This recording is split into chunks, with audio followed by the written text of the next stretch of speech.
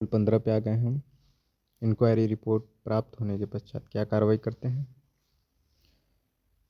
तो रूल 15 एक further inquiry के बारे में बताता है। यदि डिसिप्लिनरी अथॉरिटी खुद इंक्वायरी अथॉरिटी नहीं है तो वह लिखित कारण दर्ज करके मामले को फिर से आगे की इंक्वायरी के लिए इंक्वायरी अथॉरिटी को वापस भेज सकती है। आगे की इंक्वायरी रूल 14 के अनुसार होगी, जो हमने पहले पढ़ चुका है, प्रीवियस वीडियो आप देख लीजिएगा। रूल 15(2) इंक्वायरी रिपोर्ट की कॉपी प्लस डिसएग्रीमेंट नोट के बारे में बताता है। डिसिप्लिनरी अथॉरिटी को इंक्वायरी रिपोर्ट की कॉपी साथ में डिसएग्रीमेंट नोट, यदि डिसिप्लिनरी अथॉरिटी इंक्वायरी अथॉरिटी से असहमत हो तो लगानी होती है। गवर्नमेंट सर्वेंट को देनी होगी। 15 दिन में रिप्रेजेंटेशन देने का अवसर भी देना होगा, चाहे रिपोर्ट फेवरेबल हो या एडवर्स, कॉपी देना अनिवार्य है। रूल 15(3) कमीशन यूपीएससी से सलाह कब लिया जाएगा?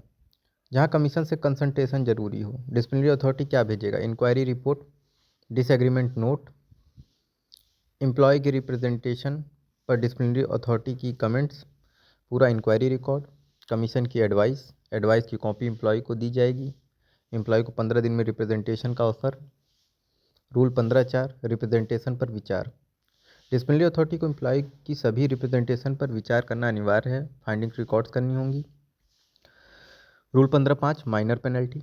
फाइंडिंग्स के आधार पर यदि रूल 1 से 4 की पेनल्टी बनती है, डिसिप्लिनरी अथॉरिटी सीधे ऑर्डर पास करेगा। रूल 16 लागू नहीं करेगा। Rule 15(6) major penalty. यदि रूल 11(5) से 9 की पेनल्टी बनती है तो disciplinary authority final penalty order देगा। पेनल्टी पर अलग से रिप्रेजेंटेशन का अवसर नहीं मिलेगा।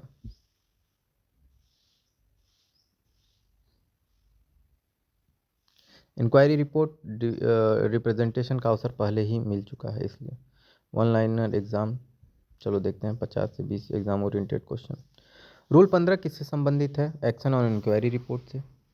डिसिप्लिनरी अथॉरिटी फर्दर इंक्वायरी कब ऑर्डर कर सकती है? लिखित कारण दर्ज करके। फर्दर इंक्वायरी किस रूल के अनुसार होगी? रूल 14।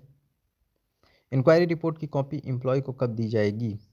हर स्थिति में, फेवरल हो चाहे एडवर्स हो, मेजर हो या माइनर पेनल्टी हो। मेजर। डिसएग्रीमेंट नोट कब दिया जाता है? जब डिसिप्लिनरी अथॉरिटी इन्वेस्टिगेशन ऑफिसर से असहमत हो। इंक्वायरी रिपोर्ट पर रिप्रेजेंटेशन के लिए समय 15 दिन होता है। कमीशन से सलाह कब ली जाती है? जहां कंसल्टेशन आवश्यक हो। कमीशन को क्या भेजा जाता है? Inquiry report, records, comments. Commission की एडवाइस एम्प्लॉय को दी जाएगी। हाँ। कमीशन की एडवाइस पर रिप्रेजेंटेशन का समय 15 दिन। डिसिप्लिनरी अथॉरिटी रिप्रेजेंटेशन पर क्या करेगा? Consider of findings records.